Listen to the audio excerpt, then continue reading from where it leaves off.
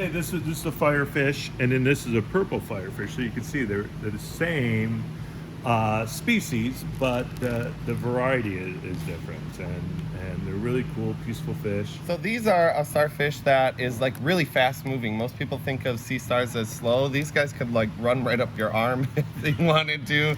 And this would be like a sand sifting star. These are the slow moving ones that everyone thinks of when they think of a starfish. And those are fast. I'm always worried they're gonna come running up. I'm not a big fan of them. I No, love them. but people love them, so I bring them in. Yeah.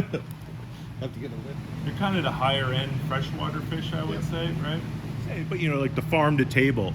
And we want to do the same thing with local fish breeders. And so this section we're using for people who breed their own fish locally and want to come in and sell us their fish, and we either pay cash or store credit, whatever works for the both parties.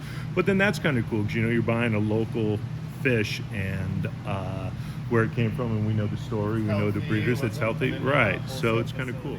So yeah, after we trim them up and then pot them up, some of them sometimes will float up, so I just kind of replant, get them down in there so that their roots can get into the substrate. We like to sell the growing tips because they tend to be a little bit more lush, be a little bit more sellable. And so then, yeah, we just pot them up, a couple stems per pot, make it look real nice, and then people come in, people buy them, we also sell them online.